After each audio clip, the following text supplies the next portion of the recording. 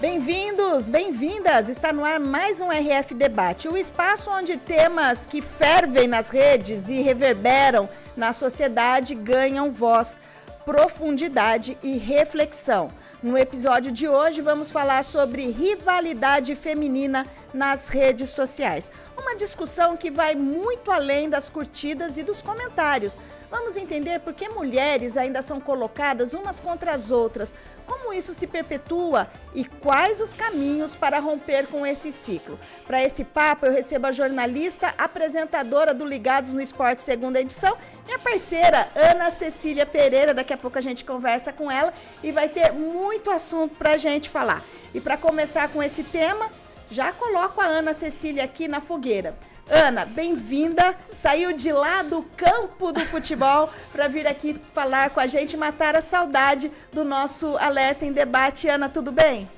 Oi, Noêmia, olha, vou falar para você que tava com saudade desse estilo aqui de conversa, claro que é muito diferente do que a gente faz no Ligados no Esporte. Achei o tema que você escolheu muito pertinente, a gente que tá nas redes sociais há tanto tempo, parece que a gente acostumou, normalizou situações como essa. Vai ser ótimo debater e falar sobre rivalidade feminina que a gente enxerga nas redes sociais hoje, mas que a gente sabe que existe há muito tempo nas salas de aula, até dentro das famílias, né, com competição aí entre irmãs, entre primas, enfim, rivalidade feminina é um tema super antigo, também é atual agora com as redes sociais. E para falar desse assunto, com autoridade, porque é especialista nisso, a gente convidou para essa conversa a psicóloga Raquel Sete, psicóloga da Uniarnal, do Centro Universitário de Belo Horizonte. Doutora, bem-vinda para essa conversa. Obrigada, boa tarde, obrigada pelo convite. Uma pauta tão pertinente, né? Fico feliz em poder contribuir, trazer algumas reflexões também.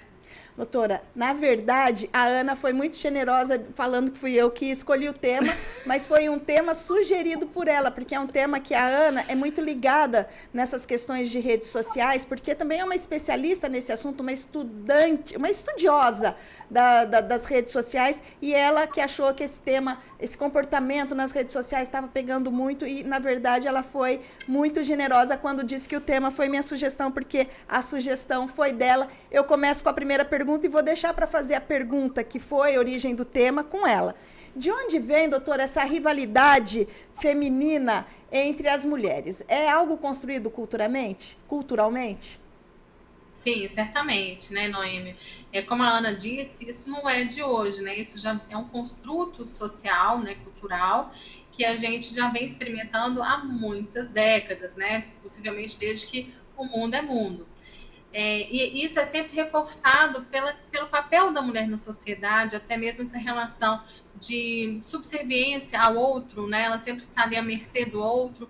Então, isso tem a ver com a validação do outro, com a aceitação do outro, e querer ocupar um lugar que, de repente, está sendo ocupado por uma outra mulher, e a partir daí, né, um lugar que talvez ela cobiça, em razão de status, né?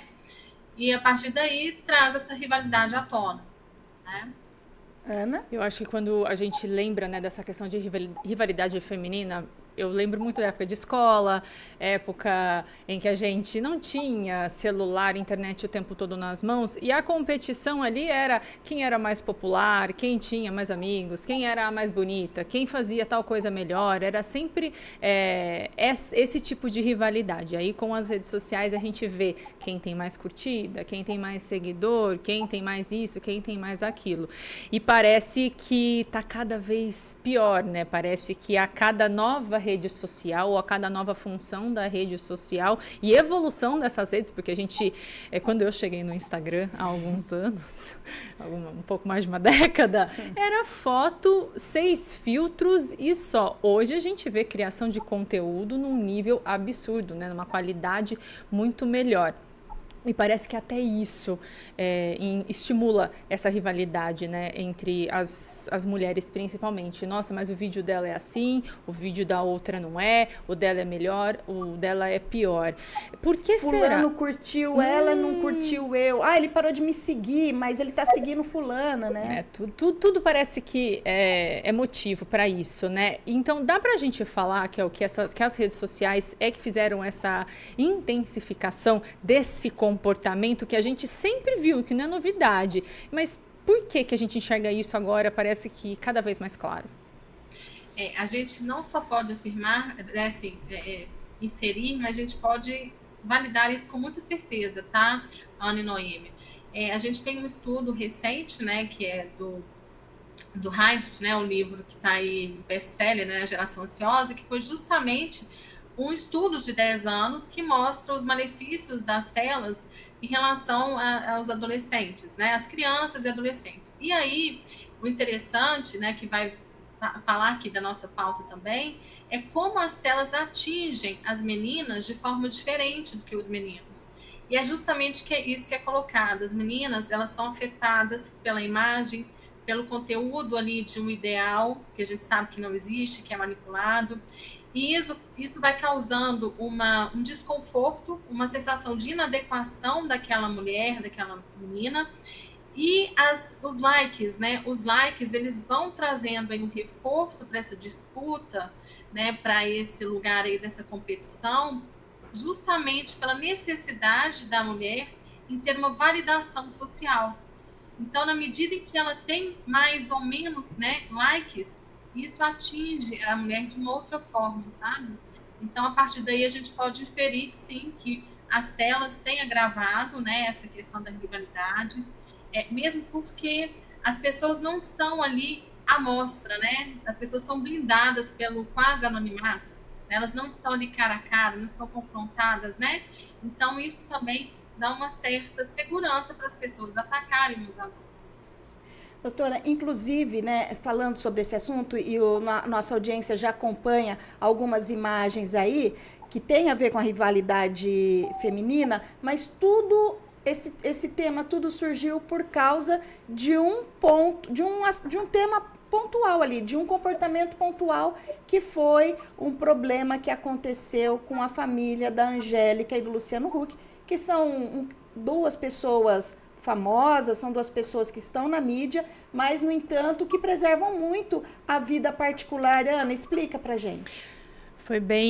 Foi justamente esse assunto que chamou a atenção até para a gente trazer para o debate. Eu sei que tem muita gente que não se importa, né, Noêmia, com o que famosos estão falando, estão fazendo. E a gente está vendo aí uma situação envolvendo o filho desse casal que é super famoso, um filho que tem uma vida muito discreta, só que namora uma influenciadora digital. E aí que começou a confusão. Essa influenciadora com outras influenciadoras, porque ela não está sendo legal comigo. E tudo isso, assim, muito exposto nas redes sociais, então pra gente que não acompanha a vida dessas pessoas, nem estava fazendo sentido e de repente era manchete, né, em todo lugar, a gente via em todo canto.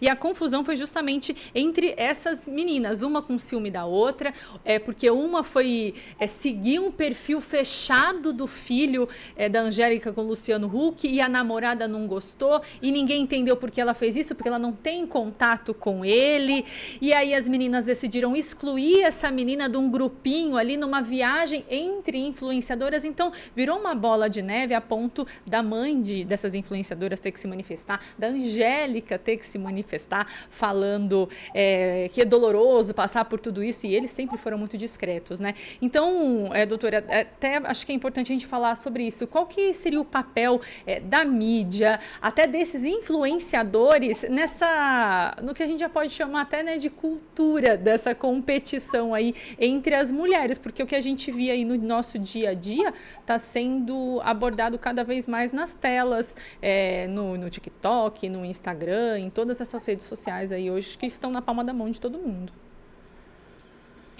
Eu penso que é um movimento que tem que ser da sociedade mesmo, né? Reforçar aí comportamentos mais saudáveis, relacionamentos mais saudáveis, pautados no respeito também, né? Há poucos dias a gente viu o relato de uma menina que recebeu um bolo, né, de uma rival, e então, assim, tudo porque ela se sentiu preterida, né? Então a gente vê que sempre tem um terceiro envolvido nessas questões, a gente vê que sempre há uma questão dessa disputa, essa rivalidade, e isso, na verdade, está dando visibilidade para uma baixa autoestima, né, para questões que são mais elementares. Isso a gente vê uma imaturidade dessas pessoas que estão ali movimentando as redes sociais com essas pautas, né? São pessoas que emocionalmente e socialmente não estão, né, prontas, preparadas para lidar com esse mundo, né? Então, é muito importante que nós, enquanto adultos e pais também, né, mães, que a gente monitore, né, que a gente faça algo preventivo, né? Então, e daí isso a gente tem que buscar lá atrás, então, né, doutora? Quando você fala que, assim, e realmente, assim, eu vou dizer da minha época, né? Porque antes de ter a rede social, haviam problemas entre os adolescentes, entre os jovens, nessa questão de disputa por alguma coisa, havia, mas era muito menor a proporção que isso tomava. Talvez a colega mais próxima ficasse sabendo, talvez a turma da escola ficasse sabendo, mas morria ali. Agora isso toma uma proporção tão grande que a gente que nem conhece, nem acompanha, tem conhecimento da vida pessoal de uma família, sabe? Então, eu acho que isso, com essa questão da maturidade que a senhora disse, também chama a atenção dos pais, para que também possam trabalhar isso, ver principalmente o que os filhos estão fazendo. A gente tem uma geração muito de influenciadores agora, né? E são influenciadores jovens que estão inspirando outros jovens. E como que a gente consegue tratar isso? Porque às vezes esse influenciador acaba sendo, muda-se os papéis dentro da casa, né? O pai e a mãe deixam de ser pai porque o influenciador, ele tem ali um alto engajamento, ele acaba tendo uma monetização os papéis se invertem ali. Pode acontecer isso? pode mesmo, porque está tendo a relação de poder, ela está distorcida ali naquela família, que muitas vezes a renda principal passa a ser do influenciador, né? Então, é uma questão de responsabilidade social, né? Eu tenho 2 filhas, então, se elas quisessem ser influenciadoras, eu ia realmente ficar preocupado com o que elas vão oferecer para a sociedade, qual influência é essa? Mas a gente percebe que não se opera dessa forma nas redes sociais, né? Então, a gente vê muita exposição, né? A gente vê as pessoas, e aí eu acho que passou aqui algum comentário que era para, tipo, banir essa menina da família, algo assim. E é difícil assim, a gente lidar com esse tipo de julgamento, porque é uma jovem também que está em construção, né? Hoje a gente sabe que, do ponto de vista cognitivo, a maturidade cerebral ela vai até os 25 anos. Então, essas crianças, adolescentes, eles ainda estão aí se construindo, se constituindo, né? É difícil a gente também aceitar esse tipo de julgamento. Então, a gente vê que parece uma terra sem lei, né? E as redes sociais, elas ficam um campo minado, onde a gente vê muito desrespeito, né? Então, eu penso que a gente tem que monitorar muito de perto, tanto os filhos, né? Os filhos que consomem, quanto aqueles que criam conteúdo. Por que o julgamento entre mulheres é mais cruel? Bom, a gente pode inferir, Noêmia, que seja em razão até de uma socialização de expectativas, né? As mulheres podem ser socializadas para competir por atenção, por aprovação, até por recursos, né? E também isso é reforçado nessa cultura patriarcal, na qual a mulher ela vai sempre estar ali à mercê de uma sociedade, dos interesses do outro, né? Então, ela está sempre naquele lugar de ser destaque para que alguém veja, note e valorize, né? Então, é esse o papel da mulher. Por isso que, desde sempre, há essa rivalidade, né? Alguma coisa assim até épica, né? A gente vê alguns romances com isso, até telenovelas. Então, a gente sabe que isso sempre existiu. Porém, na atualidade, o que a gente tem visto, que tem alguns elementos que são aí desse mundo tão digital, que é ligado a estereótipos, a mídia. Então, a gente está vendo algo mais latente, né? Está mais escancarado, porque está sendo motivado por esses outros meios, né? Do ponto de vista psíquico, a gente sabe que há mais rivalidade em mulheres com uma baixa autoestima, com mais frustração em relação à expectativa do outro, com mais necessidade de validação por parte do outro e da sociedade. E aí, quando a gente faz um cruzamento de dados com as redes sociais, vira um prato cheio, né? Para dar errado. Ô, Raquel, você comentou, né, de essa baixa autoestima, mas nesse caso, né, que a gente até citou, a gente está falando de adolescentes. Então, acho que isso deixa tudo ainda mais complicado. Dá para a gente falar que essa situação, essa rivalidade, excluindo, né, que são pessoas famosas, influenciadoras grandes, algumas dessas meninas chegam a ter quase 1 milhão de seguidores nas redes sociais, sendo que eu, honestamente, não conhecia nenhuma delas. Não estou nesse milhão aí. Mas são meninas jovens, 15, 16 anos. A gente sabe que tem, né, essa faixa etária aí de usuários de redes sociais que influenciam ou são influenciados. E como é que a gente... o que a gente pode falar com relação às marcas que isso pode deixar num alvo, né, de talvez um cancelamento, que é o que acontece muito em rede social, ou justamente numa situação dessa, quando a própria adolescente cria essa situação com relação a outra. Dá para falar que isso fica marcado porque são adolescentes, estão sendo, tá tudo sendo formado ainda, né, personalidade e tudo mais. Dá para falar que fica sim uma marca nessas adolescentes. E como que dá para um pai, um responsável, ou até um professor, não sei, né, uma professora, não sei como, com relação à escola, consegue identificar um limite, né, quando isso está ultrapassando dos limites. O que mais me preocupa é justamente essas meninas tão jovens, ainda no começo da vida, não sabem nada do que pode acontecer e já estão, assim, numa rivalidade absurda numa rede social. E quando elas vão para casa, quando elas se fecham no quarto, quando o celular é desligado. E o problema é quando começa na rede social e depois sai a treta na escola, né? Aí pode ser até trágico o desfecho, né? Com certeza, os adolescentes eles são mais propícios, eles vão ser mais vulneráveis a todas essas questões relacionadas a mal-estar, porque eles vão ter menos mecanismos psíquicos desenvolvidos para lidar com situações embaraçosas, desconfortáveis, né? Então, a gente imagina que os adolescentes, eles, de fato, as adolescentes, no caso, elas terão maior probabilidade de ter marcas, né, e de ficarem ali com um desconforto, minimamente um desconforto, né, em razão dessa imaturidade emocional e psíquica.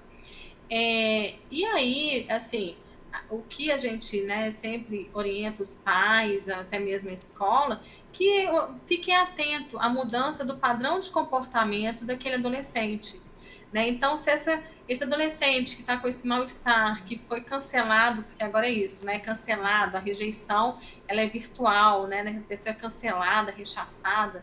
E aí, se ela vai com esse mal-estar depois para a escola, até mesmo dentro de casa, é importante que os pais observem uma mudança do padrão de comportamento. Não necessariamente uma tristeza excessiva, uma melancolia, né? A gente tem um equívoco aí quando a gente vai fazer essas inferências, então é importante que a gente observe a mudança do padrão de comportamento. Agora, a gente está discutindo aqui a questão da rivalidade, a gente já falou que é uma questão cultural, que já vem desde lá de trás essa questão, mas a gente tem que também criar uma perspectiva para isso, né? Como que a gente quebra esse paradigma, esse comportamento? A senhora que estuda isso, como você vê isso? Se vai prolongar ou como a gente pode quebrar e acabar com essa questão da rivalidade, né? E que as pessoas, e principalmente as mulheres, se acolham mais. Tem jeito para isso nas próximas gerações? Espero que sim, porque eu tenho 2 filhas e eu ensino todos os dias, né? Mas assim, tirando esse meu desejo pessoal, né, que tenha jeito, eu acredito que sim. E eu acho que esse trabalho ele é muito individual mesmo, né? Individual e familiar. É a gente quebrar um ciclo com os comportamentos que a gente vai presenciando, tanto na sociedade quanto dentro de casa. É a gente ensinar as nossas filhas que elas têm que ter elas se validarem, não precisar do outro para ter essa validação, para elas não se submeterem aos desejos do outro, né? Para elas estarem em consonância com a sua própria essência, com os seus quereres, suas vontades, né? Procurar menos a aprovação do outro e também estabelecer relações saudáveis. Porque até mesmo minha filha outro dia chegou falando: mamãe, a fulaninha falou mal da outra. Eu falei: olha, e aí, o que você fez? Porque você tem que se posicionar. Ela falou assim, eu falei que não é legal. Eu falei, isso mesmo. Então, é por aí. É a gente ensinando que deve ser feito, né? E mais que isso, nós, enquanto mulheres, tendo um comportamento que tenha coerência com esse discurso, porque elas vão se espelhar na gente, né? E quanto mais pessoas tendo sororidade, cumplicidade, principalmente entre as mulheres, né? Porque é uma questão de fortalecimento de gênero, dessa minoria política. Quanto mais isso acontecer, melhor para um futuro, né? E para agora também. E acho que na rede social também o que é importante a gente destacar, já que partiu disso, né, onde a gente mais tem encontrado, é acompanhar conteúdo interessante mesmo, né? Não seguir qualquer coisa porque é famoso, porque todo mundo fala. Às vezes a gente está ali seguindo 3, 4, 5 mil pessoas num perfil de rede social. Quem que consegue acompanhar a vida de tanta gente? A gente não dá conta da nossa, né? Então, acho que é importante isso também, saber quem que a gente está acompanhando para, de fato, consumir um conteúdo interessante e não picuinha entre meninas e diminuir cada vez mais, né, esse tipo de conflito, não dar tanta voz, para que isso talvez diminua lá na frente, que é o que a gente espera. Ana, e você disse, né, de ser influenciado, se deixar ser influenciado, né, porque todo mundo está fazendo, e daí vale a máxima daquela filósofa que a gente tem em casa, que é a nossa mãe, que diz, você não é todo mundo. Exatamente, a gente convocar a individualidade e subjetividade, né, das pessoas, dos nossos filhos, isso é importante.